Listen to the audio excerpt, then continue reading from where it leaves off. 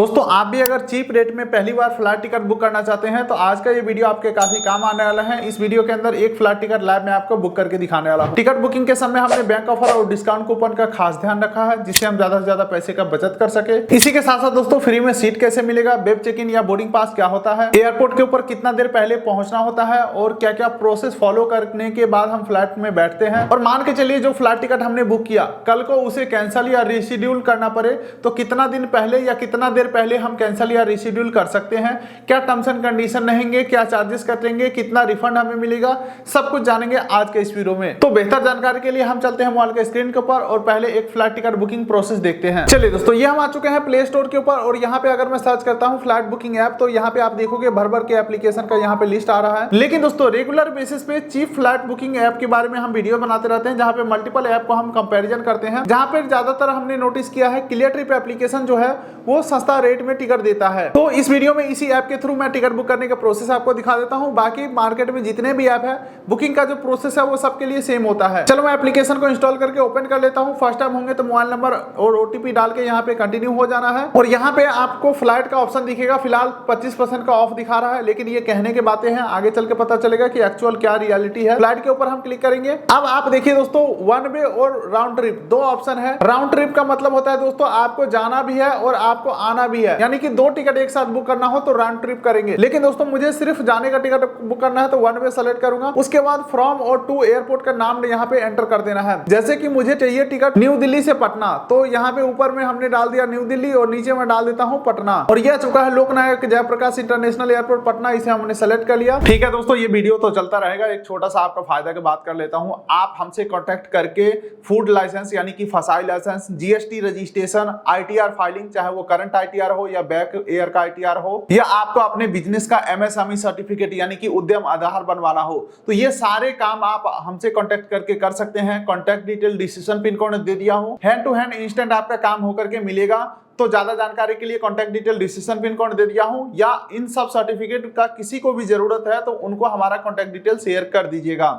चलिए अब वीडियो को कंटिन्यू करते हैं। ठीक है, एयरपोर्ट का नाम डल गया। अब हमें डालना है डिपार्चर डेट, यानी कि किस डेट में हमें फ्लाइट टिकट चाहिए। इसके ऊपर डिपार्चर डेट के ऊपर मैं क्लिक करता हूं तो एक कैलेंडर खुल के आ चुका है और यहाँ पे आप देखोगे कि हर एक डेट के नीचे एक प्राइस मेंशन है और इस प्राइस का मतलब यह है कि इस डेट में सबसे सस्ता टिकट इतने रुपए का मिलेगा, महंगा तो कोई भी अमाउंट हो सकता है। चलो यहाँ पे 3 फरवरी का हमें सस्ता टिकट मिल रहा है, इसे मैं सेलेक्ट कर लेता हूँ। अब नीचे आप देखोगे दोस्तों रिटर्न डेट पूछा जा रहा है, तो रिटर्न टिकट मुझे नहीं चाहिए तो यहाँ पे हम कुछ भी फिल नहीं करेंगे और इसे क्लोज कर देंगे। यहाँ पे डिपार्चर डेट आ चुका है। अब यहाँ पे रिटर्न डेट हम कुछ भी नहीं फिल किए हैं। उसके बाद आ जाता है ट्रेवलर एंड क्लास, इसके ऊपर हम क्लिक करेंगे। एक चीज मैं आपको पहले ही बता दूं, ट्रेन में क्या होता है अगर 5 लोगों का भी टिकट बुक करना है तो पहले नहीं पूछा जाता कितने का टिकट चाहिए, आगे चल के 5 लोगों का नाम ऐड कर देते हैं। वो सिस्टम फ्लाइट में नहीं होता। जितने लोगों का टिकट चाहिए वो आपको बताना पड़ेगा, जैसे कि 12 प्लस कितने हैं तो 1, ठीक है, और चिल्ड्रेन 2 से 12 साल के बीच का कितने हैं। वैसे आपके जानकारी के लिए बता दूं अगर बच्चे का उम्र 2 साल से 12 साल के बीच का है तो उसका पूरा किराया लगेगा और सीट भी मिलेगा, ठीक है। और इनफैक्ट यानी कि जिसका उम्र 2 साल से नीचे का है उसका 1800 रुपया फिक्स प्राइस लगेगा और उसका सीट नहीं मिलेगा, चाहे आपका टिकट 15,000 का हो, 2,000 का हो या 1,000 का हो, बच्चों का फिक्स 1800 लगेगा। ठीक है, ये सारी चीजें हम समझ चुके हैं। फिलहाल मैं एक एडल्ट के लिए टिकट बुक करना चाहता हूँ। बाकी केबिन क्लास जो है इकोनॉमी रखने वाला हूँ क्योंकि सबसे सस्ता टिकट इकोनॉमी में मिलता है। चलिए अब अप्लाई के ऊपर हम क्लिक करते हैं और सर्च फ्लाइट के ऊपर क्लिक करते हैं। उससे पहले आपको यहाँ पे कुछ स्पेशल ऑप्शन दिखेंगे, कहीं पे कुछ क्लिक नहीं करना है, पैसे का कोई बचत नहीं होता है इससे। फॉर एग्जाम्पल अगर आप स्टूडेंट है तो एक्स्ट्रा सामान ले जाने का परमिशन मिल जाता है लेकिन पैसे में कुछ बचत नहीं होता है। चलिए सर्च फ्लाइट के ऊपर हमने क्लिक कर दिया। अब आप देख सकते हैं दोस्तों हमारे सामने सभी फ्लाइट का लिस्ट खुल के आ चुका है जो दिल्ली से पटना जाता है। लेकिन दोस्तों ये लिस्ट काफी लंबा चौड़ा है तो आपको कंफ्यूज बिल्कुल भी नहीं होना है। किसी भी फ्लाइट में टिकट बुक करने से पहले हमेशा 3 चीजें जरूर चेक करिएगा। पहला, आपको चेक करना है कि फ्लाइट कितना देर में पहुंचा रहा है, ठीक है, और नॉन स्टॉप है या नहीं है। नॉन स्टॉप नहीं होगा तो पहले मान के चलो दिल्ली से पटना जाना तो दिल्ली से लखनऊ जाएगा, लखनऊ से रांची जाएगा, रांची से फिर पटना आएगा, ज्यादा पैसा भी लगेगा, टाइम भी खराब होगा, तो क्या फायदा। इसीलिए हमें देखना है सबसे कम समय में और नॉन स्टॉप कौन पहुंचा रहा है। दूसरा, हमें यह ध्यान में रखना है फ्लाइट का टाइमिंग क्या है। भाई इतना पैसा लगा करके जा रहे हैं तो हमारे अकॉर्डिंग टाइमिंग तो परफेक्ट होने चाहिए, ठीक है।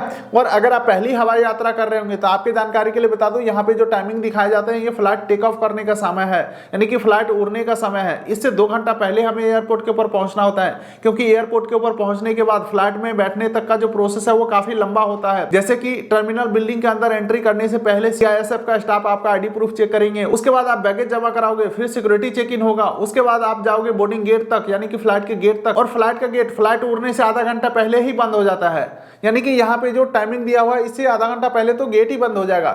इसीलिए सजेस्ट किया जाता है एटलीस्ट 2 घंटा पहले एयरपोर्ट के ऊपर पहुंचो अगर आपका डोमेस्टिक फ्लाइट है।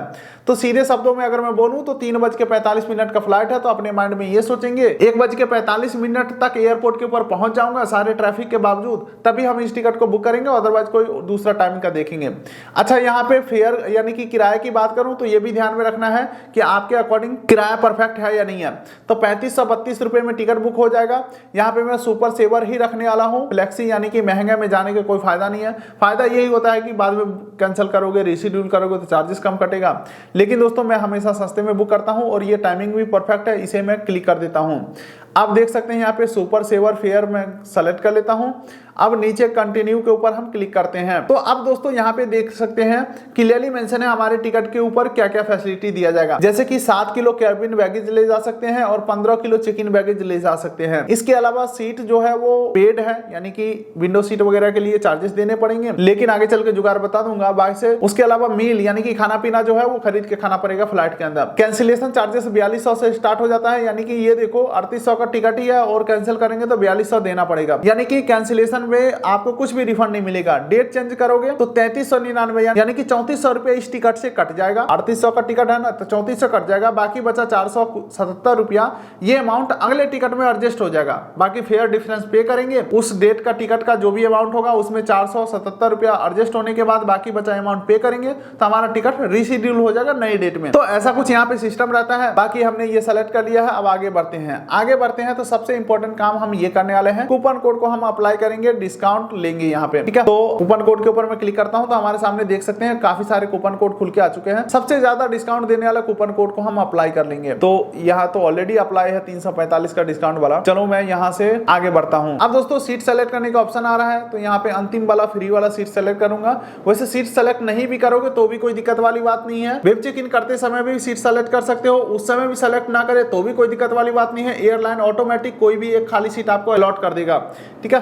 तो चलो मैं फिलहाल फ्री वाला सीट सेलेक्ट कर लेता हूँ। सेलेक्ट मील के ऊपर क्लिक करते हैं। यहाँ पे खाना पीना आप ऐड कर सकते हैं, मैं नहीं करने वाला हूँ। सेलेक्ट बैगेज के ऊपर क्लिक करते हैं और यहाँ पे एक्स्ट्रा बैगेज ले जाना हो तो ऐड कर सकते हैं, मुझे नहीं ले जाना है। सेलेक्ट इंश्योरेंस के ऊपर क्लिक करते हैं, इंश्योरेंस भी मुझे नहीं चाहिए। कंटिन्यू के ऊपर हम क्लिक करते हैं। अब अंत में पैसेंजर डिटेल डालना है, तो पहली बार होंगे तो एड के ऊपर क्लिक करेंगे। जेंडर और first middle name last name डालेंगे। स्पेलिंग मिस्टेक जरा सा भी नहीं होना चाहिए, अगर गलती हो गया तो एंट्री में दिक्कत हो जाएगा। अगर बाई चांस गलती हो भी गया तो तुरंत एयरलाइन को कॉल करो, बोलो कि स्पेलिंग मिस्टेक हमें सही करना है, तो वो करके दे देंगे ताकि आपके बोर्डिंग पास के ऊपर सही नाम प्रिंट हो और एंट्री में कोई दिक्कत ना हो। मैं तो कहूंगा नाम बिल्कुल ही ध्यान से फिल करिए। चलिए उसके बाद अपना एक ईमेल आईडी डाल देना है, अपना एक मोबाइल नंबर डाल देना है। जीएसटी इनपुट चाहिए तो एड जीएसटी कर देंगे और कंटिन्यू के ऊपर क्लिक करेंगे। अब दोस्तों यहाँ पे डिटेल रिव्यू कर लेना है, सब कुछ सही है तो कंफर्म एंड प्रोसीड करेंगे। और अब दोस्तों हम पेमेंट करेंगे, तो यहाँ पे बोला जा रहा है Flipkart axis bank credit card से पेमेंट करोगे तो आपको कैशबैक मिल जाएगा 5% का। तो चलो मैं किसी एक माध्यम से पेमेंट करता हूँ कंफर्म। और जैसे ही हमारा पेमेंट कंफर्म होता है दोस्तों, इस प्रकार से टिकट हमें देखने को मिल जाएगा। ये रहा पीएनआर नंबर। ये पीएनआर नंबर जो है एयरलाइन द्वारा इशू किया जाता है, सबसे मेन यही है। इसी पीएनआर नंबर के माध्यम से हम वेब चेक इन कंप्लीट कर पाएंगे और बोर्डिंग पास डाउनलोड होगा। उसी बोर्डिंग पास से टर्मिनल बिल्डिंग के अंदर एंट्री होगा। तो इंडिगो एयरलाइन का वेब चेक इन कैसे करना है, इस वीडियो का लिंक डिस्क्रिप्शन पिन कोड दे दिया हूँ। उसी में हमने कंप्लीट इन्फॉर्मेशन दिया है कि फ्लाइट में किस प्रकार से बैठना होता है और यहाँ पे जो टाइमिंग वगैरह मेंशन होते हैं वो किस टाइप से उसे फॉलो करना है और इस प्रकार का फिजिकल बोर्डिंग पास कहाँ से मिलेगा, सब कुछ हमने वेब चेक इन वाले वीडियो में बताया है। वीडियो का लिंक डिस्क्रिप्शन पिन कोड दे दिया हूँ, या आप यहाँ पे क्लिक करके भी वीडियो को देख सकते हैं। फिलहाल हम इस वीडियो करेंगे यहीं पे एंड। वीडियो कर लाइक, चैनल कर सब्सक्राइब, ताकि मिलेंगे ऐसे किसी अगले वीडियो में। तब तक के लिए नमस्कार। चलिए दोस्तों ये वीडियो तो यहीं पे खत्म हो रहा है, लेकिन अगर आपको फूड लाइसेंस, जीएसटी रजिस्ट्रेशन, उद्यम सर्टिफिकेट या आईटीआर फाइलिंग करवाना है तो उसके लिए कॉन्टैक्ट डिटेल डिस्क्रिप्शन और पिन कोड में दे दिया हूँ। और हाँ, कमेंट बॉक्स में आपको ये नहीं लिखना है कि मुझे ये काम करवाना है, फिर आपसे कोई और कॉन्टैक्ट नंबर मांगेगा, आप उनसे डील करके, और हो सकता है तो आपके साथ फ्रॉड भी हो सकता है। तो इसीलिए जो कॉन्टैक्ट डिटेल आपको डिस्क्रिप्शन पिन कोड में दे दिया हूँ, सिर्फ उसी से आपको कॉन्टैक्ट करना है अगर आपको ये सब काम करवाना है।